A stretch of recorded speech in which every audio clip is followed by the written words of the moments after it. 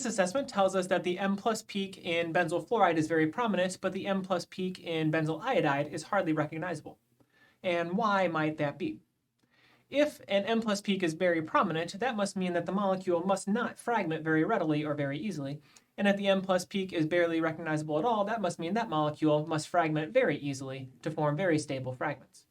The only difference between these structures is the fluorine versus the iodine, so that must be part of why benzyl iodide fragments more easily than benzyl fluoride.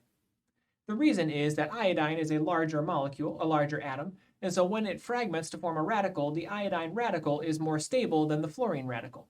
Because the iodine radical is more stable, it fragments more readily, and because it fragments more readily, the M plus peak is not very prevalent. Because the fluorine is not very stable, the fluorine radical is not very stable, it does not fragment very much at all, and so the M plus peak is much more prominent in benzyl fluoride than it is for benzyl iodide.